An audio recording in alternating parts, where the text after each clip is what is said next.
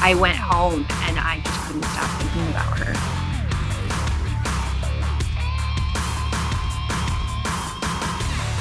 When you're in country and you're sitting still and idle, that's a bad sign.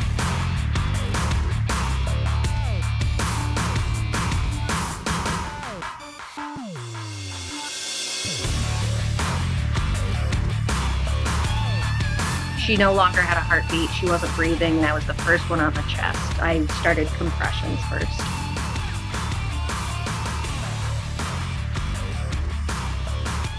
Need advocates.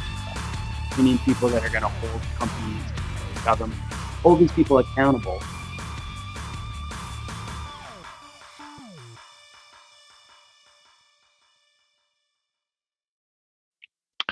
Welcome back to the Heroes Debrief. We're continuing on with Tom Kelsch, a United States Marine and current nurse. Check out the previous episodes with Tom in the links below. And as a disclaimer, we want to be sure that you're aware that some of the content that is a part of these episodes is not appropriate for sensitive audiences. So if you have individuals around, we highly suggest that you wind up putting in some earbuds and listening to the podcast that way. So you were in the ER during COVID. Yes. Yep. Let's take a break and talk about that for a minute.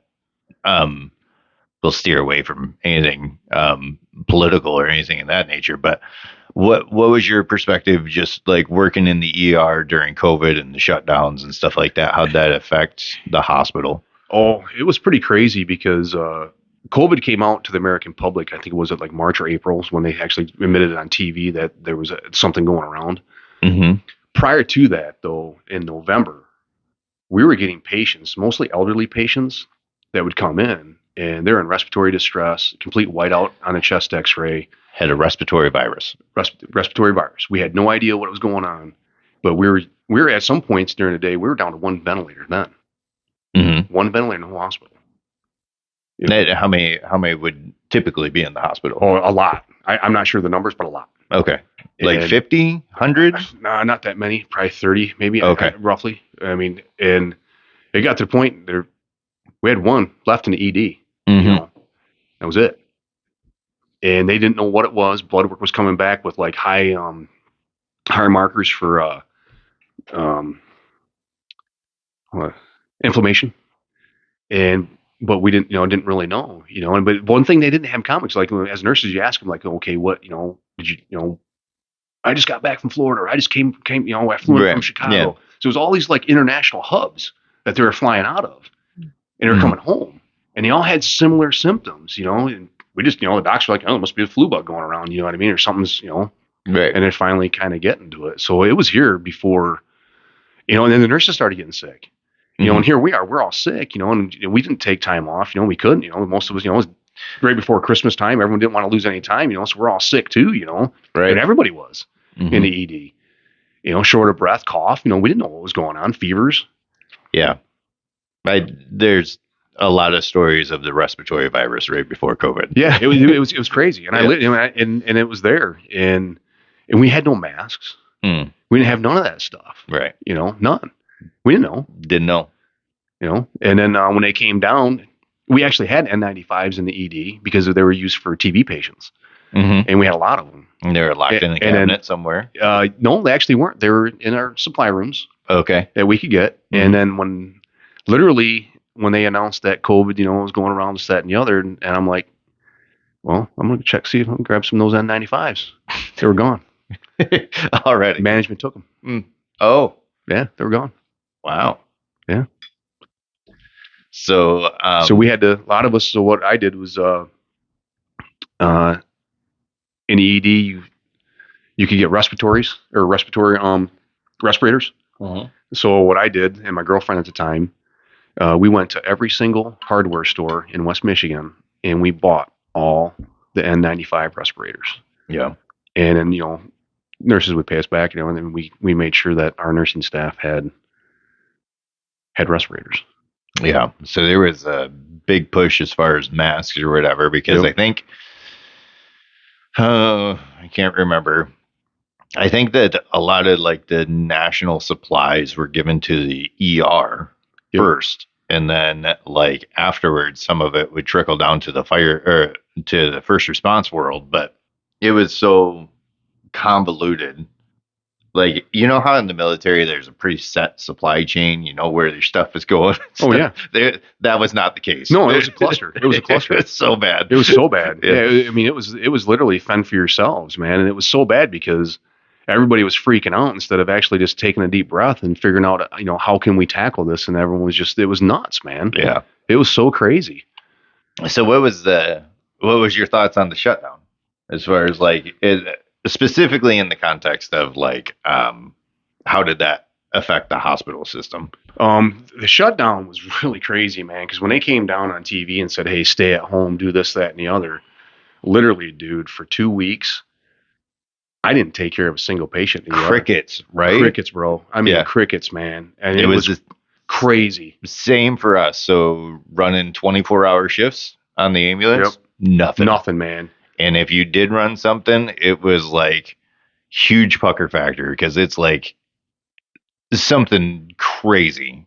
I've had chest pain for the past 3 days, and it's like you're in a full-on STEMI, like or heart attack. Like it's time to go. We were having patients coming in literally in cardiogenic shock because they had MI the day before or 2 days before, and terrified to to come in because they thought they were going to die. And then when the patients finally we were having dialysis patients that wouldn't go to dialysis. They went 2 weeks without dialysis, and they'd come in and they had a potassium of 10. Heart rate in the 20s. I don't know how they were alive. And we had multiple of them come in, man. Yeah. I mean, we had so many sick people that came in that should have came in a long time ago or even went to their family doctor to get preventative medicine. But at that point, physicians were like, no, you got no, stay away. We have a hot zone and a cold zone. And most of the time they were sending you, to wherever, It was bad, dude. Yeah. It was a mismanaged, just FUBAR. FUBAR, man. Straight up FUBAR. There was not enough information was known to make logical decisions, I don't think. I think that's the main takeaway from COVID. I remember one day I woke up and I didn't have to work, and I thought, I'm an essential worker, right? I had my badge, my hospital badge. I'm just going to drive up north. I'll just go for a cruise up to Ludington. And I got on the highway, and there was not a car, man. Yeah. Not a single car. And at that point, I had just bought my new truck, and I thought, let's see what she'll run.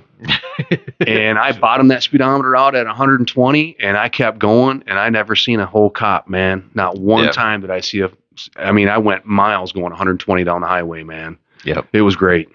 Yeah, that was I think the only time in my career where we didn't have to fight through rush hour traffic trying to get into the hospital. Like, it was a ghost town. It was. It was so weird. It was like the movies, man. Yeah. I told myself if I get pulled over, I'm gonna start pretending I'm coughing. Say I'm going to Ludington Hospital. Right. Yeah. So now that post shutdown, like how's the call volume in the hospital system? Like, what's the difference now between pre-COVID? Now it's kind of like they've adapted because we're doing most with the leastest. We're very short staffed. The supply chain's slow now too, because I think a lot of businesses, basically said, okay, well, we're going to work with less people, and we're only going to kick out so much when our profits will be a little bit higher. Mm-hmm. At least that's my theory, because a lot of the supply chain is it's slow getting medical supplies and different things. I think medicines as well, has a lot to do with the work from home movement. Yeah, for sure. The volume that we see is actually, it's a lot higher. It's probably 30% higher now on a daily basis in the ER with sicker patients, because they waited, during that time frame over a 2-year period. If you don't, or a 1.5-year period, whatever it was, if you don't do preventative medicine, it's just going to make your comorbidities, that much worse. And we're seeing it now. Patients that, could have been taken care of with some simple different medicines or, other treatments are coming in and they're train wrecks, man. And they're staying longer in the hospital, and we just can't, we're overran. Yeah. It's not COVID. We're overran. We're just overran with sick people. Yeah. And if you think about it, man, back when these hospitals were built, they were built for a certain amount of population.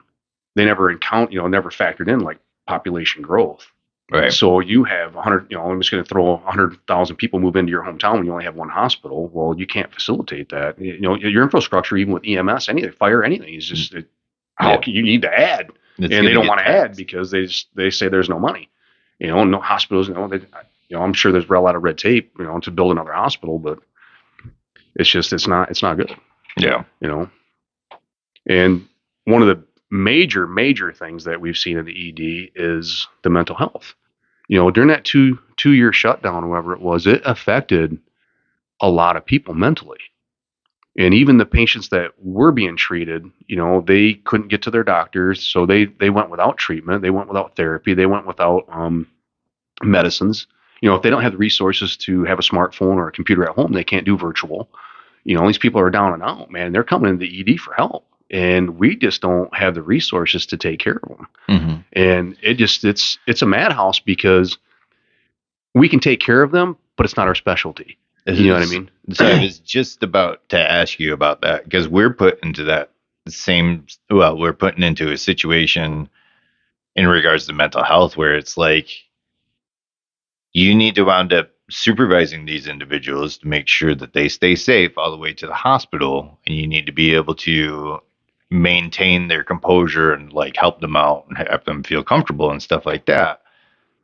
Except that's not anything I was specifically trained for. Like, I mean, not saying that I'm not willing to do that, but I just don't know how. And especially coming from the military, we might not be the most compassionate people. For a Marine, I think that that's a little bit dialed up past the Navy, as you like to probably throw in my face all the time. Yeah. Right. But so it's an interesting thing where it's like the ER and the pre-hospital setting, we're finding ourselves in a position that we don't even really know how to handle. Oh, absolutely. Yeah, absolutely. Yeah, it's just, we were kind of learning it as we go. And I don't know what the correct answer is, but yeah. Yeah, I mean, you went, like our ER, the way it was set up in our hospital, we could deal with like, out of a percentage from 0 being 100% that you see throughout the day, like maybe 10, 11%, 12% would be psych patients, mental health issues, where now it's like 30, 40, sometimes 40%. Yeah. And we just don't have the resources for it. We don't have one-to-one staff to be able to watch the suicidal patients. They take up a lot, It's sometimes two nurses, sometimes a team, if you have to, wrestle with them to get them, to put them in 4 points. And, it's a lot mentally, because, we're nurses. We want to take care of people, right? We don't want to have to 4-point anybody. Right. The patients don't like, obviously they don't like it, but believe it or not, we hate to, we don't like to, I personally, it killed me when I had to wrestle with someone, throw them in bed and pin them down and put them in 4 points because they're threatening to hit me, or they hit me, or threatening the staff. And we were talking about this with another guest earlier, where it's like, and the normal reaction as far as like to be getting really upset with those individuals, typically, like at least from my experience, a lot of those individuals, like my perspective is like they just don't know any better. They don't know what they're doing. No, they don't. They're at that point where some of them do, but you can call them, because they know how to manipulate. But a lot of them, they don't know. Right.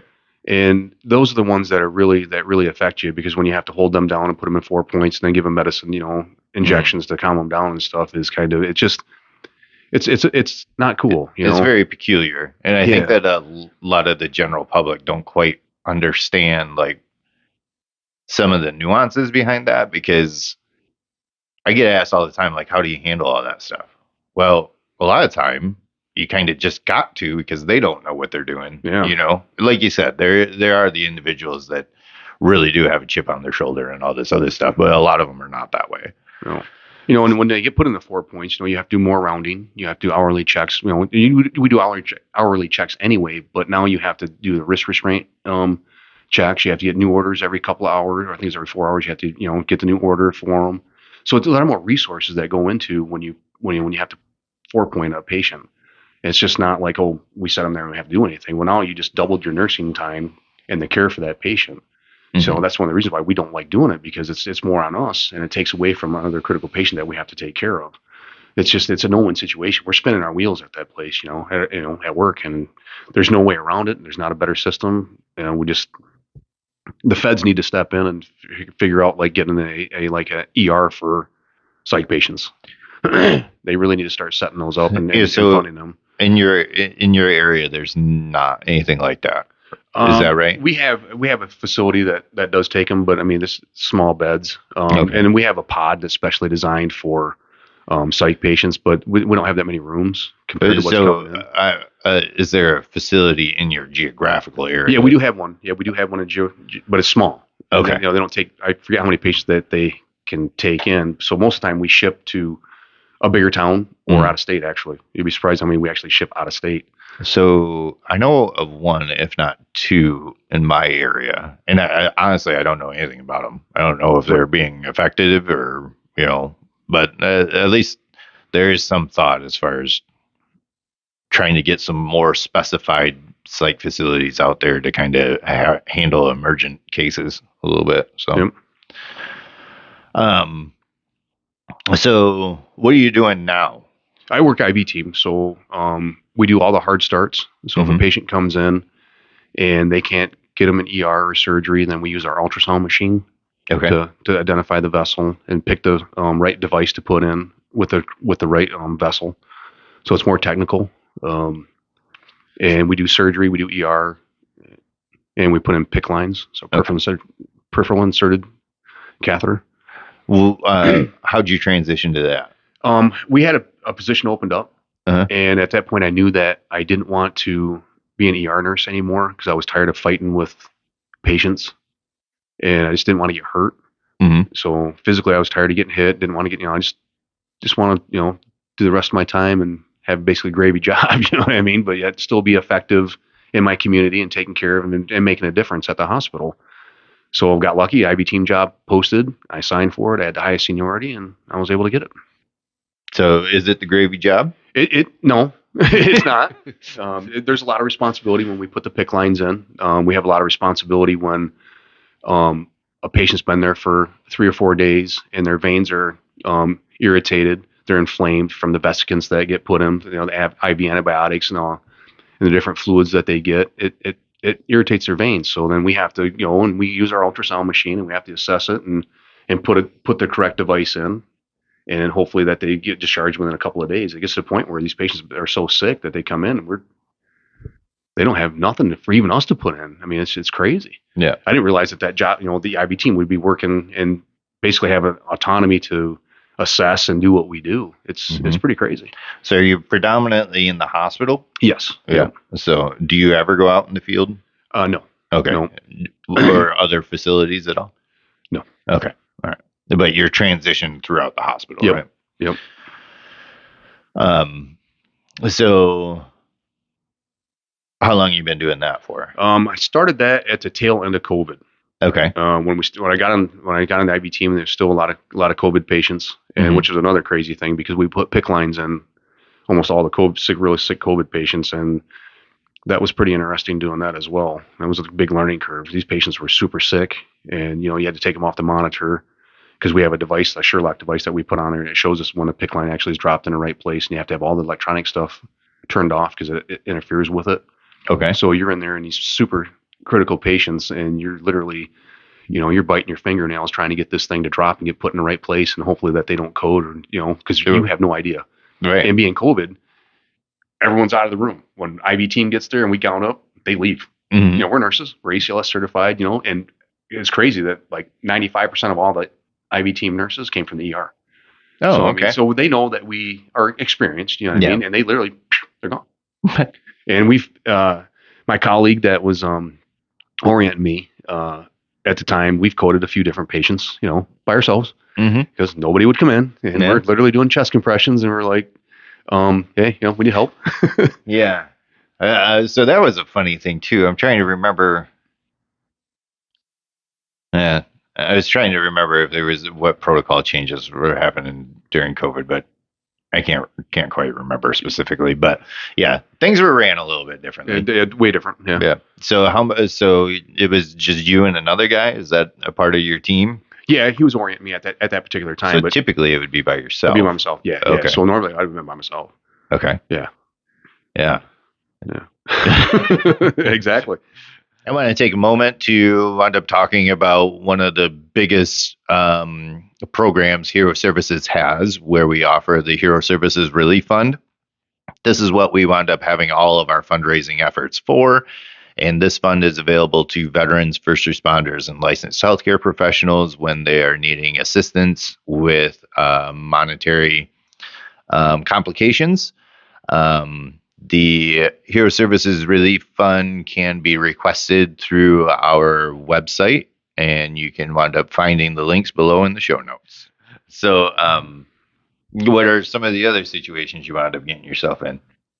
At the hospital, that was pretty much, just everyday operations, nothing too crazy. I mean, other than what I already shared, there's thousands of stories I could tell you. I mean, we could be here for 4 or 5 hours. A lot of funny stuff, a lot of stuff that makes you cry. But you're on limited duty, right? Yep. Oh yeah, yeah. I had so I left the ER, like I said, because I didn't want to get hurt. Mm-hmm. So August 19th of 2022, I was on IV team with another colleague.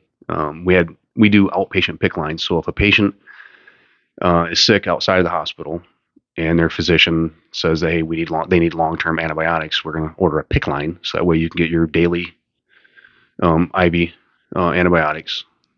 And so we'll put in pick lines. So I was told at 9:00 you're going to have a pick line to put in. I'm like, okay, great. They're not supposed to get here till 11 because we always have it scheduled at 11 because then another IV team nurse comes in at 11. So that gives 2 to cover the house and 1 to take care of the pick line.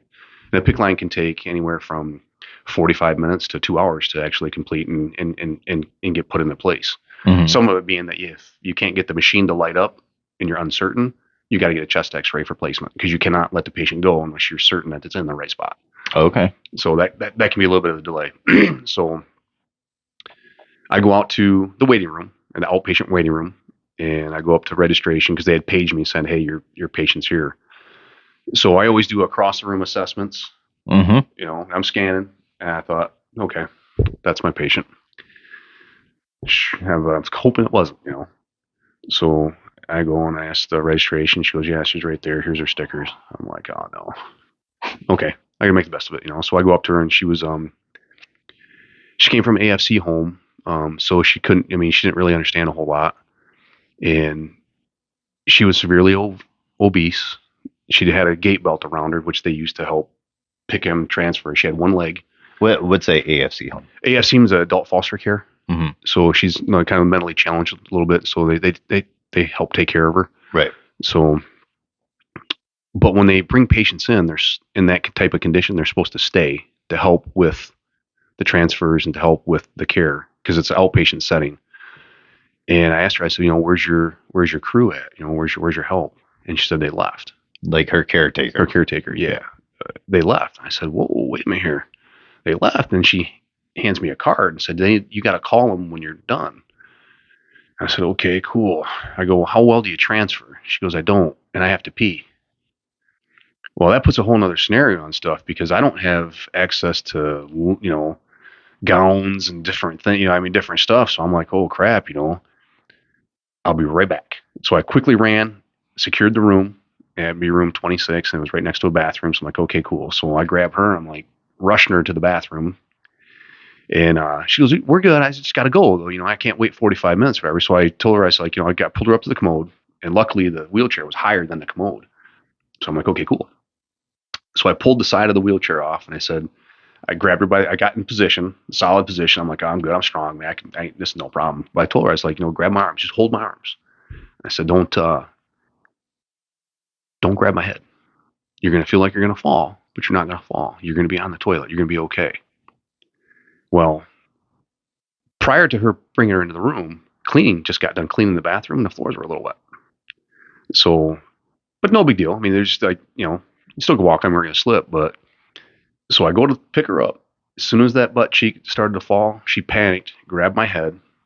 I did the splits on the toilet, and I was pinned between her and the toilet because at that point she fell onto the toilet, and I couldn't get up. and she's holding me down, and I'm thinking, oh man, this ain't good. And I could feel my hamstring starting to pull, and it's actually I have a torn hamstring on the right side, a partially torn one. So I was like, I don't want to tear my hamstring, so I'm trying to fight with her to get up, and then I felt 3 pops in my neck, and then she finally let go, and brought her to the room, did a pick line, and 3 days later, that was my last day at work. I had 3 days off. I couldn't feel my hand. So what'd you do? Or, like, what was your injury? Long story short with it, I had blown out C7, C6 and C5, and C7 and C8 discs severely. Mhm. And I had some arthritis up in at 4 and 5. And so during the process, I went back to work that Monday, because it was like on a Thursday, I think. So I had a couple days off, and then Monday I was scheduled to work. So I told my manager, like, I got hurt at work. I'm going to fill out the incident report. I didn't do it on Thursday because I just didn't think anything was going to happen. But now I can't feel my hand. It's got a lot of pain. So I filled it out, and I went to Workplace Health. And when I went there, they, give them my spew, and they were just kind of like blowing me off. You know what I mean? Because honestly, I just thought I was probably seeking meds or time off from work, which I wasn't. Mhm. And they said, okay, we got to play the game. Got to come in here next week, and then we'll get a MRI, because we really need to know what's going on. So long story short, with it, next week they didn't order an MRI. They refused because they wanted me to go to physical therapy, or they wanted me to come back in another week to see if it was getting better. I was like, it ain't gonna get better, you know what I mean? So it was just a long story short with it. I battled with comp to finally get it to pay for it. When I finally got the MRI, it showed severe discs blown out in those areas. And then when I went to the physician, they wanted me to go to their comp doctor, but I didn't. I did the research already ahead of time. So I went to the doctor I wanted to pick, and he looked at the images and said, you need surgery right away, or you're going to have permanent damage. Mhm. So went back, told them. They refused. Then I had to see their, the comp doctor, which was like 6 weeks away, because the surgeon wanted to do surgery that like within 3 days of me seeing him. He said it was that serious. And at that point, I started to lose all control of my left arm, and I had almost no function with my left hand. And it was even atrophied. It was like 2 inches smaller. They were talking like 7 months later after the injury. So the comp doctor, it was in November or December when I saw him, and he examined me with my coat on. He said, "Why don't you take your coat off? I want to take a look and listen, check you out." As soon as I took my coat off, he looked at me and said, "Whoa!" I mean, his exact reaction said, "Whoa!" And he started grabbing my arm. He goes, "Your arm's dead. I can't help you. You need surgery. What took so long? Why?" He was just going. I was like, "You tell me, man." I said, "I've been battling this the whole time." I said, "You're the first person to actually look at my arm." And he's like, "I'm going to have everything all ready. Do you have a surgery date? You have surgery? What do you have going on?" I said, "Well, my surgery got canceled a month ago." Mhm. And he's like, "I'm going to have all my paperwork ready, all this other stuff." So, they got it approved, but it takes a couple of weeks. Well, long story short, it was still another 2 months before I got surgery. I didn't get surgery until February 27th. Of this year. Of this year, Yeah. yeah. So the day of my surgery, I went and saw the doc, and, he's like, "Okay, we're good to go. You need a 4-level fusion." And I was like, "No, man, really? 4-level fusion?" At that point I was like, will I ever return to work? Will I ever be able to work out again? Will I ever be productive in society? I don't want to go on disability. I want to be, I'm too young, Right. And he said, "Well, I'm not going to lie to you. You're the first person that I'm going to do a 4-level fusion on that's not a trauma patient." He said, "Normally when I do a 4-level fusion at one time, I'm doing it just to keep them alive. Usually you're a paraplegic." Mhm. And I was like, "Okay." He said, "So I need to get a CAT scan of the back of your neck at C7 and C8." He said, because there's some fractures there that I see on the MRI, but a CAT scan is going to give me a better picture. He said, I go, "Well, why?" He goes, "Well, if I have to go posteriorly, you're not going to be able to work again." And he said, "Because your anatomy, the way your collarbone comes down," he says, "I don't think I can get you all in anteriorly." He said, "But I'm going to promise you I'm going to do my best, because I want you to get back to work, and I want you to be able to work out again." So, explain that a little bit further. Posterior and anterior. Yep. So posterior is where they put the pins, a device that basically fuses your vertebrae posteriorly. Coming in through the back. Through the back, yeah. Yeah. And they have to cut through a lot of your muscle. Mhm. And the healing process is a lot longer, and usually have longer pain issues. Mhm. and it's just not a very good outcome because they can't actually get to the area around the discs and the Okay. nerves posteriorly. They Mhm. can get a better approach anteriorly. So the preferred method is always anteriorly, posteriorly, worst case scenario. Yeah. Okay. And he did promise me that. He goes, my goal is to get you back to work and to get you to be able to function in the gym. And I said, okay, cool, thank you. So I put all my trust in him. And luckily, he said he had to cut a little deeper. And he said the surgery it was like a 5-hour surgery. And he said, I spent a little more time, but I was able to get you all taken care of. He said it was, and they had to really pull everything all over because he was like, so, your voice is going to be messed up, your swallowing's going to be messed up for a while because we really had to, we had to really reef on it. And it's going to mess with your nerves and all that stuff. So you're going to have to learn how to swallow and all that other stuff again. Luckily, my voice was good. Because the next day when he came in, he was like, "Oh, your voice is good." I said, "Yeah, pretty good, but my swallowing was pretty rough." Yeah. And but he said that's to be expected. Prior to surgery, because it had been so long, where it was blown out at C5 and 6 and 7 and 8, it started to fuse because it was like flattened, pancaked out, and the discs were pinching on the nerve. Actually, the fusion of it started pushing on my spinal cord. So my spinal cord was actually 3/4 of the way pinched off, and I didn't know that, but my legs were getting weaker as the weeks going on. I thought I had MS, and I called my doctor. I said, "Doc, I think I have MS." He's like, "You ain't got MS," So I'm talking to him on the phone, and I didn't know it, but it actually was pinching on my spinal cord, and I was really having a hard time walking. So when I woke up from surgery, I could feel my legs good, and then I started walking, and I had strength was all back and all that other stuff. And I damn near started crying because I was like, I got my legs back. Mhm. And then when he came in the next day to talk to me, he said that, he said it took a little longer. And he said that we had to re-break your neck. He said we had to actually break your neck in 2 places because it was pushing on the spinal cord so bad. So we actually had to push, we pushed on your spinal cord a little bit. So he said that, you're probably going to be, you might find some involuntary movements for a little while, spinal shock type stuff. He said, but it should subside and you should be good to go. And sure enough, like for a week, man, I'd just be sitting there and all of a sudden, you're popping up, Doing some dances. Yeah. So you're recovering now, though. Yeah. We're 10 months later. I started off, I had to wear a neck collar for 3 months. Mm-hmm. So that changed my life in a bad way, but yet in a good way. I got severely depressed. At that point, I knew that I needed to get help with all my issues, all my demons from the military and, and other stuff.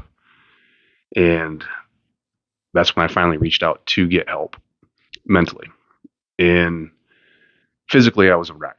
I mean, I was 45 pounds overweight.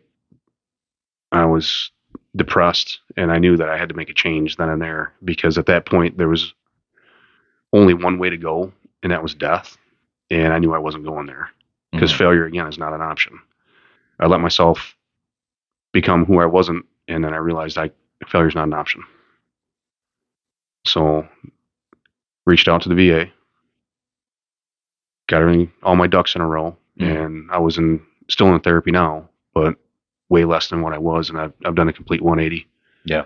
So you didn't start. You started your mental health journey. Yes, I started my mental health journey before I started any of my physical journey to get my strength back and stuff. Because I knew if I couldn't get my mental health right, I would never be able to physically come back. So what was some of the determining factors to actually get you to commit to pursuing that? Unfortunately, the relationship that I had was going south, and I knew that I needed to get help to try to fix that. But that is what it is. But ultimately, I knew that if I didn't get fixed, then I don't know what would have happened down the road. I just needed to go back to Tom pre-trauma when he was 19 years old. Yeah. I knew I needed to erase a lot of guilt, a lot of shame, a lot of what ifs, and it laid on me hard. I never told anybody. There's probably, obviously, I'm talking to the audience now, but prior to that, maybe 1 or 2 people knew of the experiences that I had. Besides the Marines that were with me, right? Sure. Yeah. But I never told no one. I don't think I didn't tell anybody for 20 years. Yeah. I wasn't in combat. I seen some crazy shit, but to me, PTSD is related to, combat. You know what I mean? And I know now, I mean, obviously being a nurse and going through, psych class, all that stuff is different, but, my mindset then was instilled it's just, I'm weak. I was a weak man, and I held myself accountable for being weak because the shit that I saw and, did I cause that crash? You know what I mean? Because I didn't check something right. That laid heavy on me for years and years. Yeah. And it made me think differently about decisions that I made that ultimately affected my life and relationships that I had with my family and my significant others at the time, Mhm. And negatively, and I just knew that I couldn't live like that no more, that I needed to be a better person and I needed help. And I know now that a strong man seeks help. A weak man does not seek help. It's very valid. Very valid. And if you can admit that you need help, that's strength. Mhm. That's strength. But I didn't realize that until after I reached out, got the help that I needed through the VA. Yeah. So what would you tell the other veterans, first responders, or just general public that might be having some of those apprehensions as far as seeking out mental health? First care? thing, if you're struggling, you got to reach out for help. As men, we think that, you need to be alpha male and that you need to take care of everything. And that if you need help, then you're considered weak and everyone around you is going to think that you're weak. That's not the case. It's strength. If you seek help, you're admitting you have a problem, you have issues, and you're working on them, and you want to work on them. So if you're having struggling and you need help, just reach out. Reach out and get it, because you will be stronger mentally, physically, Yeah. overall. Yeah. In comparison to how you are right now, Right. to like 5 years ago. Oh, I'm a completely different person. You wouldn't even recognize me, even a year ago, Mhm. 2 years ago. If you were to ask me a year ago if I'd be sitting here telling my story, I'd say, hell no, I'm not doing that. Right. If I was 2 years ago, if you'd even 4 months ago, if you were to tell me, hey, you're going to tell the whole world that you went through treatment, I'd say, hell no, I'm not. Mhm. But I'm a man. I've realized that admitting to the issues that I have is making me stronger mentally, physically, and spiritually. And I think if I can help one person after they hear my story, then I won. I won my battle and I helped them win theirs. Yeah. Good for you, man. That's great. I'm happy for you. Yeah, it's been a long process, hard process, and eventually hopefully that the people that I hurt will forgive me. Mhm. But It's a process. it is definitely a process. Every day I have a model. I have two models. You have be better than you were the day before, Mhm. and in at least one aspect. It doesn't have to be everything because no one's perfect, right? So if you can just do one thing better than what you did yesterday, you won. And your life is like a three-legged stool. And when you sit at the table, you have three legs on that stool. And if you're not strong mentally, physically, and spiritually, one of those things are missing from that chair, you fall. You can't bring anything to the table. And I came up with that, to me, it works. You know what I mean? I want to be strong mentally, so I reached out for help. Mhm. My head's clear. I have a different thought process. I process information. I'm not in fight or flight no more. Mhm. I mean, living in fight or flight for 25 plus years is exhausting. And when you finally reach the point where you're not feeling that no more, you have a whole new look, brother, on the world, man. Yeah. It's nothing but smiles now, man. And physically, you got to be strong enough to be able to get out of bed, go to work, be productive, provide for your family, your friends, or loved ones. And spiritually, it doesn't matter whether you believe in God or whatever. Just whatever you believe in, you just have to be strong in what you believe in. And if you miss any one of those three things, you're falling, and you can't bring nothing to the table. Mhm. And that's what I hold myself accountable for daily. Well, I think you're doing a great job. Yeah, thanks. I mean, yeah. Yeah. I'm proud of you. Yeah, thanks. In regards to just some of the people that are considering getting involved into nursing or the military field or whatever, you got anything to pass along to them? Yeah, just if you're gonna go in the military, just give it your all. Don't go 50%, 60%. Give it your all. Take advantage of the opportunities. If you can go to college, better yourself, get an education, do it, because you won't get those opportunities again when you they won't be laid out to you as easy as they were when you're in the military. Or even just post high school. Yeah. Immediate time of your life after high school, figuring out what you're trying to do. Like once you get into your adult life, to transition is much harder. Absolutely. Oh, absolutely. Yeah. I know. Yeah.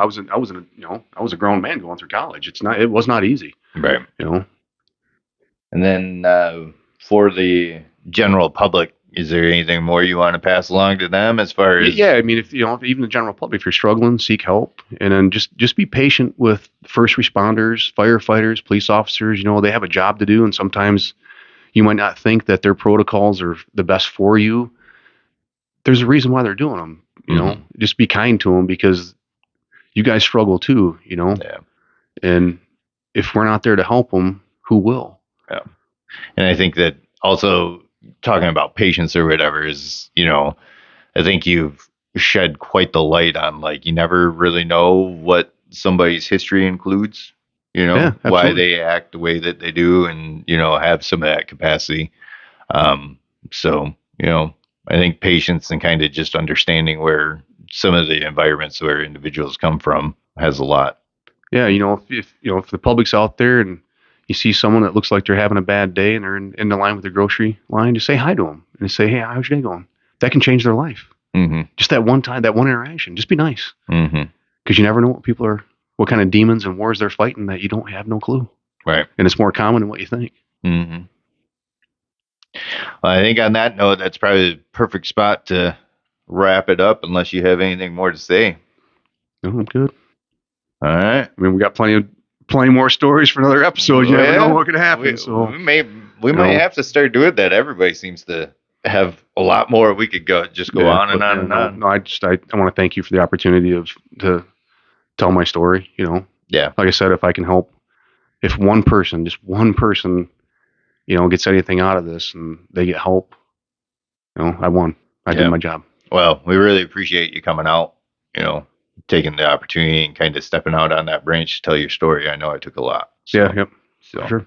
Happy you came out. Yeah. Oh yeah. It's been a while since we caught up. Yeah. It's been a while. And,